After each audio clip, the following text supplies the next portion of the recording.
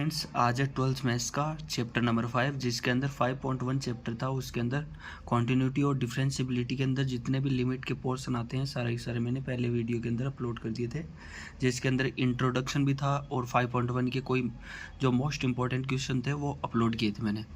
आज है 5.2, जिसके अंदर डिफ्रेंशिएट करना है, जिनको डेरिवेटिव करना है, सारे के सारे क्वेश्चन है वो क्वेश्चन आंसर करेंगे। पहले वाले वीडियो के अंदर मैंने सारे के सारे वीडियो अपलोड किए थे, जिसके अंदर कि फॉर्मूला रिवीजन के लिए सारा का सारा ट्रिग्नोमेट्रिक रेशियो है, इनके डेरिवेटिव करते हैं तो क्या आंसर आता है, वो सारे अपलोड किए थे। आज है पहले नंबर का पहला क्वेश्चन, जिसके अंदर दे रखा है साइन एक्स स्क्वायर प्लस 5। इसका डेरिवेटिव करते हैं तो पहले जो बेस होता है उसका डेरिवेटिव होता है। साइन का डेरिवेटिव क्या होता है? कोस एक्स होता है। फिर जो अंदर जो एंगल बच गया उसका डेरिवेटिव होता है। तो यहाँ से क्या होगा, ये कोस, यहाँ से अगर ये एफ एक्स और जी एक्स अलग अलग फंक्शन है तो ये अलग अलग हो जाएंगे डी एक्स। पहला क्वेश्चन है तो मैं आपको सोल्व करके पूरा बता देता हूँ। अगर कहीं भी आपको पता चल जाए कि डी अपॉन डी एक्स, यहाँ पे कोई भी कांस्टेंट टर्म मान लो 2 दे दिया तो इसका वैल्यू हमेशा 0 आता है। यही अगर ये पोर्शन है ये तो 0 हो जाएगा। यहाँ पे ये सेकेंड वेराइटी क्या लिखेंगे, D upon d x, x की पावर एन होता है तो क्या होता है एन एक्स एन माइनस 1। तो यहाँ से क्या होगा कोस एक्स स्क्वायर प्लस 5, और यहाँ से एक्स स्क्वायर का क्या होगा, ये पावर पहले आ जाएगी और एक कम हो जाएगा तो मतलब 2x हो जाएगा, ये 0 हो जाएगा। ये अपना आंसर हो गया। इसके अलावा सेकंड क्वेश्चन क्या दे रखा है इसमें, सेकंड क्वेश्चन दे रखा है कोस डी अपॉन डी एक्स कोस साइन एक्स।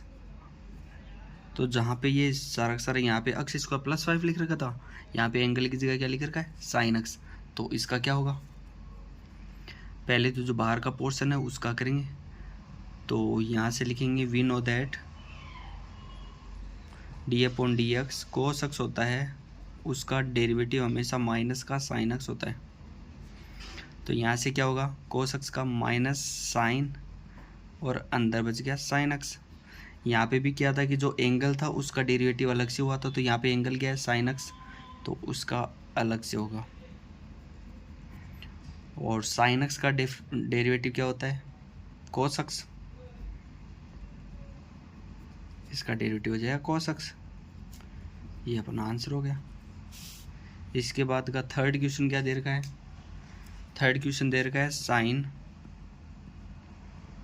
ए एक्स प्लस बी। तो इसका डेरिवेटिव कैसे करेंगे, d upon d x sine a x plus b. तो यहाँ से साइन का क्या होगा cos a x plus b, a x plus b का होगा, फिर एंगल बच गया। तो यहाँ से क्या होगा, ये हो जाएगा कोस ए एक्स प्लस बी, ये एफ एक्स प्लस जी एक्स है तो ये अलग अलग होगा। तो यहाँ पे इसका क्या हो जाएगा D upon d x x plus D upon d x, ये बी, ये हो जाएगा कोस ए एक्स प्लस बी। अंदर का पोर्शन था ये हट गया, पावर 1 थी, पावर 1 हटेंगी तो कैसे आएगा 1 आ जाएगा इसका आंसर, ये ए आ जाएगा, ये प्लस का 0 आ जाएगा। तो ये अपना आंसर हो जाएगा। इसको हटा के ए से मल्टीप्लाई कर देना, ये अपना आंसर आ जाएगा। इसके आगे का फोर्थ क्वेश्चन दे रखा है d upon d x sec ten root x. तो इसका डिफरेंस कैसे करेगा, पहले तो जो पोर्शन बाहर का दे रखा है सेक, उस सेक का करेंगे। तो यहाँ से लिखेंगे कि we know that d upon d x sec x होता है, उसका डेरिवेटिव हमेशा सेक एक्स टेन एक्स होता है। तो यहाँ से पहले डेरिवेटिव करेंगे तो सेक एक्स है, ये मान लो ये पूरा पूरा पोर्शन है, ये एक्स है, तो सेक का क्या होगा सेक एक्स टेन एक्स, तो सेक टेन रूट एक्स और फिर टेन रूट एक्स।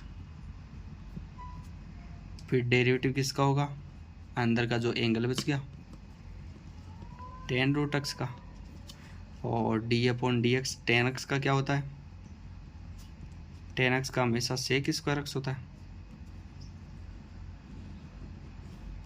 तो यहाँ से क्या बनेगा, ये तो एज इट इज सेम का सेम, टेन रूट एक्स का क्या होगा, सेक स्क्वायर रूट एक्स, फिर अंदर जो एंगल बच गया उसका होगा, जितने भी पोर्शन होंगे सबका डेरिवेटिव होगा।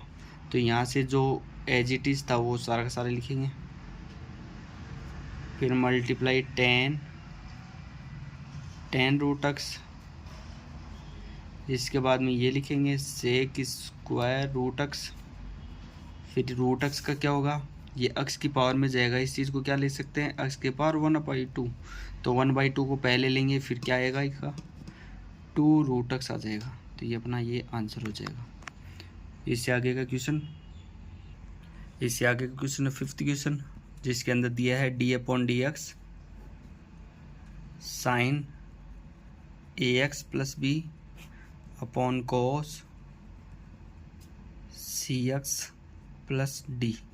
तो यहाँ से पहले वाले क्वेश्चन के अंदर अपने ने पढ़ा था कि अगर कोई भी डिफरेंस या फिर कोई भी डिवाइड के पोर्शन के अंदर दे रखा है तो उसका आंसर कैसे आता है, जहाँ पे ये सारे के सारे फॉर्मूले पढ़े थे। यहाँ पे डिवाइड का पोर्शन था, तो डिवाइड करते हैं तो क्या करते हैं, तो पहले वाले जो नीचे की साइड डिनोमिनेटर साइड है उसका स्क्वायर करते हैं।